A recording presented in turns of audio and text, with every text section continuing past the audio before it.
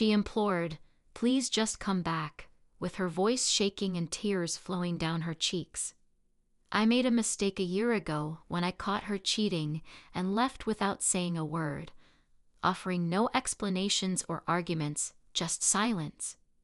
Now she was broken and desperate, reaching out for a man who was no longer there.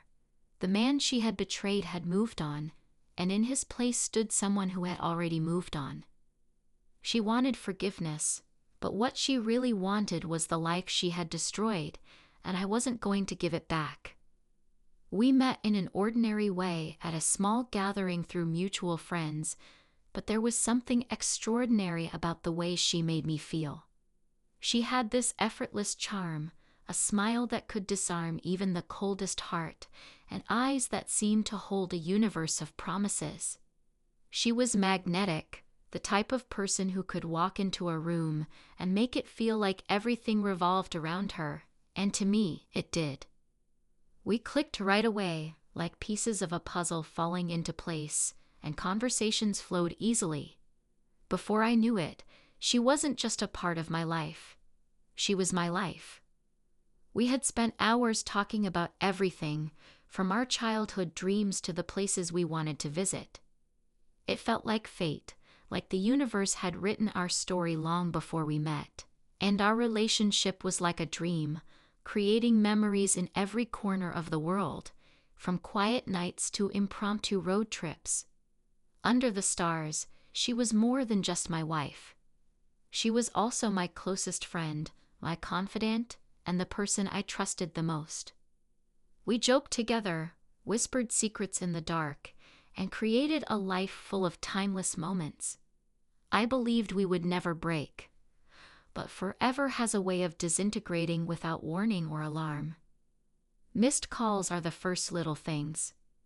I saw the changes, the way her laughing seemed hollow, the way her embraces were colder, the way she would grin at her phone, and then swiftly lock it when I entered the room, but I shrugged it aside. Late nights at work excuses that don't quite match up. The hardest part is not losing the person you love, but losing the illusion you created around them. I told myself it was stress, work pressure, or anything else, but love makes you blind to the obvious and persuades you to ignore the warning signs in order to believe in the person you love, even when the evidence suggests otherwise. Looking back, I realized that I wasn't holding on to her, but rather to the idea of her, to the woman I thought she was, not the woman she had become. It was a Tuesday, and it's strange how treachery doesn't pick and choose. It may happen in the most unexpected ways. She said she had to return to work late. I pretended not to notice how cold her voice sounded and how she avoided looking at me, as if it contained the answers to questions I was too scared to ask. But that night felt different. I tried to distract myself by watching TV and browsing through my phone, but the silence in the apartment was louder than any noise, so I told myself not to snoop. Trust is the foundation of any relationship, right? But trust had already left the room long before I picked up her phone, which she had left face down on the kitchen counter as if concealing something. My heart raced as I picked it up, hands shaking, my stomach twitched, and the first message hit me like a punch to the chest. "I miss you already." I felt as if someone else was holding the phone as my breath caught and my fingers scrolled. Someone aloof from the world unfolding before them, with flirtatious messages and pictures, weekend plans. She told me she was visiting her sister because she was too exhausted to go out or working late. Her words made my chest tighten, but the worst part wasn't the betrayal. Rather, it was realizing that she had been leading this double life while I was busy making plans for our future and believing in us. I didn't confront her, I didn't yell or demand answers, and what was the point? No explanation could undo what I'd witnessed.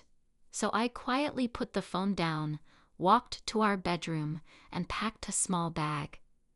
Just the necessities, no pictures, no mementos on the nightstand next to the phone that had deceived me.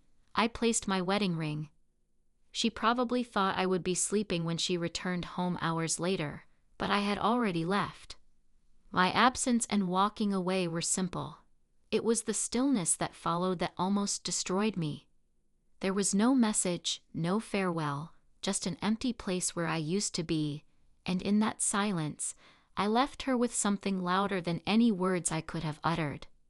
The first few weeks were a blur as I went through the motions. I thought that distance would heal me, that if I changed my surroundings, I could outrun the pain, but grief isn't something you can leave behind. It packs itself neatly into your mind, following you wherever you go. I moved to a small apartment in a city where no one knew me, a place without memories, without echoes of laughter that once filled the spaces we shared, and the walls were bare just like my heart, stripped of everything familiar. I kept expecting my phone to ring, expecting her to realize what she'd lost. But there was nothing, no calls, no texts, just emptiness, and that hurt more than I was willing to admit, because for a long time I thought maybe, just maybe, I wasn't the only one hurting, but life has a way of moving on even when you're stuck. I found new routines, new places, new people, and slowly the weight on my chest began to lift as I discovered parts of myself I'd forgotten, hobbies I'd neglected, passions I'd set aside. While she was enjoying her new life, the one she chose when she betrayed me, I began to heal. Not because I wanted to, but because it was impossible for me to remain damaged. However, karma has her exact moment. The man she left me for, he left her. Maybe he got bored, maybe he found someone else, maybe he realized she wasn't worth fighting for. Whatever the reason, she experienced the very pain she once handed to me without a second thought. And that's when she reached out, a simple message: "Can we talk? I miss you." It wasn't enough apology, it wasn't regret, it was loneliness. She didn't miss me, she missed the stability, the comfort, the version of herself that felt safe in my love. But I wasn't the same man she left behind, and she was about to find that out. It was a quiet Sunday afternoon when I heard the knock on my door. Not the hesitant, soft knock you'd expect from someone drowning in guilt. No, this was firm, confident, almost like she still believed she had a place in my life. I stood there for a second, staring at the door, knowing exactly who was on the other side, and when I opened it, there she was, the woman who shattered my world, standing in front of me with the same face, but not the same power. She looked different, not older, not worn by time, but hollow, like life had drained something out of her. The sparkle in her eyes was gone, replaced by something I recognized immediately: emptiness. It was the same emptiness she left me with, the one I'd carried like a shadow for months after she was gone. She gave me a weak smile, like we were old friends catching up after a long time. "Hey, can we talk?" she asked softly, her voice carrying more hesitation than her knock did.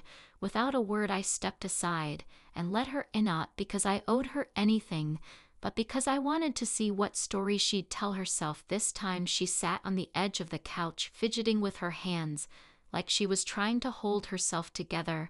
"I've been thinking about you," she began, her voice trembling just enough to seem genuine. "I made a mistake. I thought I was happy, but I wasn't. Not really." I didn't say anything, just stood there, arms crossed, leaning against the wall, the same posture I had the night I realized I'd lost her. Only this time I wasn't the broken one. She kept talking, her words spilling out like rehearsed lines. She told me about how things didn't work out with him, the man she thought was better than me. She didn't call him her affair partner, of course. She used vague words like mistake and bad decisions. She tried to soften the truth. But I knew exactly what had happened. She left me because she believed that things would be better. But when they turned out to be nothing more than weeds, she remembered how comfortable the house had been. Her voice broke, and tears started to fall, and she dropped to her knees, her hands clutching mine, as though she were clinging to the life she had thrown away. "I miss you. I miss us. I miss what we had. Please just give me another chance." She used to hold my heart in the palm of her hand, but now she was kneeling and pleading for the item she had thrown away without thinking twice. You know what? I felt nothing. No rage, no sadness. because she wasn't here because she loved me. Rather, she was here because he didn't.